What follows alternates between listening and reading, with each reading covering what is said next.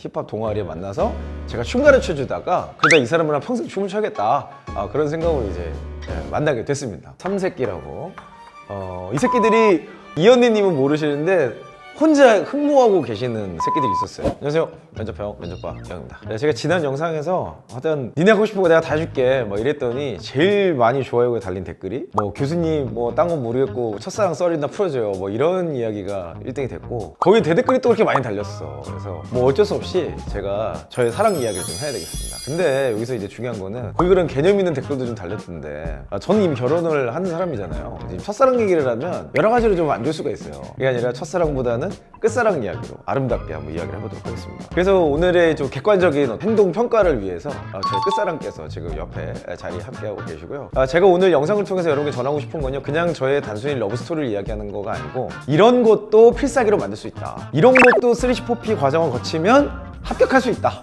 뭐 이런 여러분의 희망을 드리기 위함입니다. 필살기 하나면 다 돼요, 다 돼. 그러니까 필살기는 결국엔 경험을 어떻게 이제 분해하느냐의 문제고, 경험 분해에 수치화나 구체적인 액션이 전략적으로 들어가면 굉장히 매력적인 자소서가 되겠죠. 저의 러브스토리를 3C 4P로 한번 분해해보고 이거를 자소서까지 한번 완성을 해보도록 하겠습니다. 난이도 극상이긴 한데 여러분의 니즈가 많으니까 제가 한번 해보도록 할게요. 내 경험을 전하기 위해서 경험 리스트업을 먼저 해야 된다 그랬죠. 무엇을 전할 거냐, 이 경험 선정이 되게 중요한데, 결혼 성공이라는 어떤 구체적인 결과값을 가지고 이 경험을 3C 4P로 한번 풀어보도록 하겠습니다. 자, 여기에서 경험을 분해할 때 크게 7가지의 질문이 있다 그랬어요. 3C 4P. 3C 안에 첫 번째는 커스터머죠.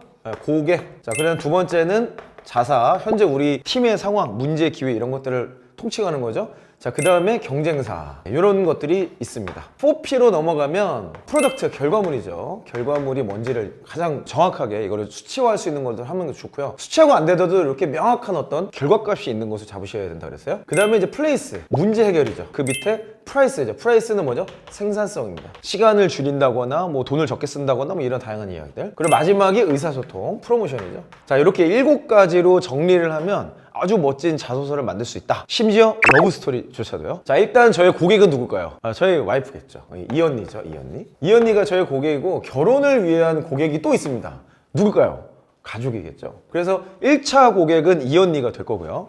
2차 고객은 가족. 3차 고객은 저 혼자였기 때문에 3차가 특별히 없다고 볼 수 있겠죠. 이언니의 당시 니즈는 뭐였냐면, 뭐였죠? 결혼을 잘하는 거? 결혼을 잘하는 거. 일단 결혼하는 게 이분들 목표였어요. 그래서 그 당시에 또 이걸 좀 돌아가 보면은 제가 대학교 때 만났거든요. 대학교에다 춤바람 났어요, 춤바람. 그래서 저도 이제 춤추고 저분도 춤추시고 하다가 힙합 동아리에 만나서 제가 춤 가르쳐 주다가 그러다 이 사람이랑 평생 춤을 춰야겠다 그런 생각으로 이제 만나게 됐습니다. 가족분들은 반대가 굉장히 심했죠. 이분들의 요청은 다른 사람을 만나라.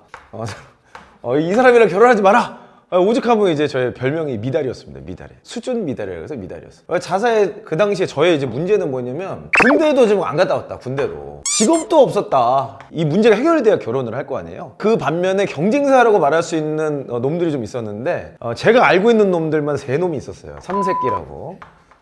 이 새끼들이, 이언니님은 모르시는데 혼자 흠모하고 계시는 새끼들이 있었어요. 저는 이미 알고 있었죠. 저런 새끼들이 있었구나. 근데 어쨌든 이분들이 나름 이제 저보다 학력도 훨씬 좋고 얼굴도 잘생겼어. 그리고 그 당시에 저는 또 자사의 문제가 그거였구나.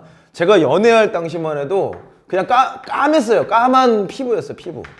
그리고 맨날 나시티만 입고 다녔어요. 그 당시에 제가 뭐 바디빌딩 할 때였는데 몸이 좋다고 난 그 당시에 스스로 생각했네? 그래가지고 맨날 그 나시티만 입고 항상 지하철에다 버스에서 딱 이거 잡고 그거 알죠? 그거 딱 울긋불긋한 거. 또 하나가 제가 몰랐는데 저희 이언니님께 들어보니까 두 새끼가 또 있었더라고.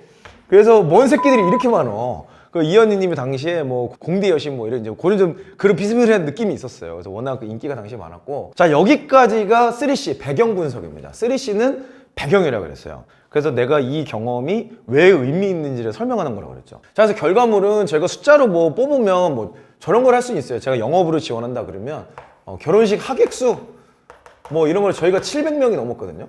사실 지금으로도 이게 숫자가 좀 대단한 건데 그 당시에도 대단한 거였어요. 요거를 잡을 수도 있고 특정 직무를 하는 게 아니기 때문에 남편이라는 이 역할 포지션에 의거해서 그냥 결혼 성공으로 KPI를 잡도록 하겠습니다. 자, 그 당시 문제는 뭘까요?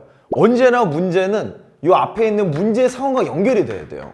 근데 자, 그럼 여기 보면은 군대는 제가 어떻게 해결했냐? ROTC로 직업군인으로 돈 벌면서 갔다 왔습니다. 그때 이제 ROTC를 갈 수 있었던 여러 가지 배경은 외박도 좀 자유롭고 휴가도 마음대로 조금 비교적 자유롭게 병에 비해서 나올 수 있을 거라 생각했는데 이런 젠장 최전방에 배치가 돼버렸네. 그래가지고 1년 동안은 전방에 박혀있는 바람에 2주에 8시간짜리 외출밖에 허용이 안 됐어요. 그래 나오는데 2시간 들어가는데 2시간, 그럼 남은 시간 4시간 가지고 데이트를 그 철원이라는 동네에서 해야 되는데 어려움이 있었지만 잘 통과를 했다. 그리고 군대는 이제 ROTC로 갔다 오게 됐고요. 그 다음에 직업이 없는 거는 인턴십으로 이미 합격을 하고 갔습니다. 전역하자마자 이제 입사를 하는 이제 그런 프로그램을 당시에 있었어요. 문제는 이제 가족이었죠, 가족. 어르신들의 반대를 어떻게 극복할 것이냐. 그 당시에 제가 어떻게 이 문제를 해결했냐면요. 그냥 들이댔습니다. 무슨 집안에 대소사가 있을 때 장례가 있거나 뭐 결혼이 있거나 그러면 그냥 무조건 가는 거야. 어쨌든 계속 들이대다 보니까 기회가 생기게 된 거죠. 그래서 하루는 되게 궁금하셨나 봐요. 저희 와이프 보고 야 그럼 한번 데리고 나와봐라, 얼굴이나 보자, 이렇게 해가지고 같이 저녁 식사를 할 기회가 있었습니다. 그리고 나서는 저녁 식사하고 그 다음날 아침에 아주 기가 막히게 결혼 승낙이 떨어져 버린 거예요. 면접에 통과한 거죠. 그래서 3C, 4P만 잘 보내도 그냥 통과가 되더라. 자, 그다음에 결혼을 하려고 보니까 이 생산성이 또 문제가 되는 거야. 돈이 없어, 돈이. 내가 뭐 군대에서 뭐 ROTC도 했고 뭐 어쩌고 했지만은 그 당시에 저희 집이 되게 못 살았어요. 그래서 저는 여기서 돈 버는 족족 부모님한테 다 보내야만 됐어. 아, 이거 이런 얘기 하면은 진짜 좀 욕먹을 수 있는데 결혼을 해야 되는데 돈이 300만 원밖에 없는 거야. 그 여러 가지 상황 속에서 제가 경쟁사 조사했던 거 하나를 여기서 좀 다시 한번 얘기하다 보니까 또 생각이 나네. 이때 어떤 분의 조언을 구했어요. 여러분들이 뭐 문제 해결을 하거나 어떤 프로젝트를 할 때 항상 얘기하는 게 뭐 그런 거 있잖아. 논문 조사하고 뭐 먼저 했던 사람들 조사하고 뭐 이런 거 있잖아요. 그래서 그 당시에 저희가 아는 목사님한테 조언을 구했어요. 아, 우리가 상황이 이런데 이거 뭐 혼수도 지금 마련한 상황이 안 된다. 돈이 없다. 어떻게 하면 좋겠습니까? 라고 조언을 구했는데 그분의 조언이 뭐였냐면 내 주변에 내가 보니까 결혼을 많이 하는 걸 봤는데 야 그냥 일단 결혼하고 매주 하나씩 작은 것들을 준비해라. 지금은 좀 문화가 좀 다를 것 같긴 한데 이때만 해도요. 당연히 혼수가 딱 들어차 있어야 되고 그럴 땐 집이 있어야 결혼한다고 생각했어요. 뭐 지금도 뭐 그런 생각이 많죠. 근데 그럼에도 불구하고 이 아이디어와 조언이 너무 좋겠다는 생각이 들어서 그 당시에 그냥 무턱대고 결혼을 합니다. 그래서 어떻게 했죠 그때? 제가 많이 냈죠. 그렇지. 와, 당장 저는 이제 돈이 없기 때문에 저희 와이프가 그 당시에 돈을 잘 벌었어요. 그러니까 참 생각할수록 저 도둑놈 같죠, 그렇죠? 예, 아주 그 미모의 그 공대 여신이신데 돈도 저보다 훨씬 잘 벌어. 연봉도 저보다 2배 이상 높았던 것 같아요. 이분이 열심히 모으셨던 돈으로 필수 품목으로만 신혼집을 차리게 된 거죠. 결혼에 꼴이 나기 위해서 의사소통하면 뭐 해야 되겠어? 프로포즈를 해야지, 프로포즈. 프로포즈를 어떤 식으로 했냐면 우리가 대학교에서 만났잖아. 그래서 정말 눈물 없이 들을 수 없습니다. 교정에서 내가 스토리 라인을 잡았네. 우리가 만났던 어디, 처음 데이트했던 어디, 처음 같이 외식했던 어디 4군데인가 5군데를 잡아가지고 5편의 그곳에서 읽어줄 수 있는 시를 썼어요. 시를 낭독했습니다. 아, 이거 뭐 너무 낭만적이지 않습니까? 그래가지고 결과가 어땠을까요? 결과는 이제 굉장히 불만족하셨습니다.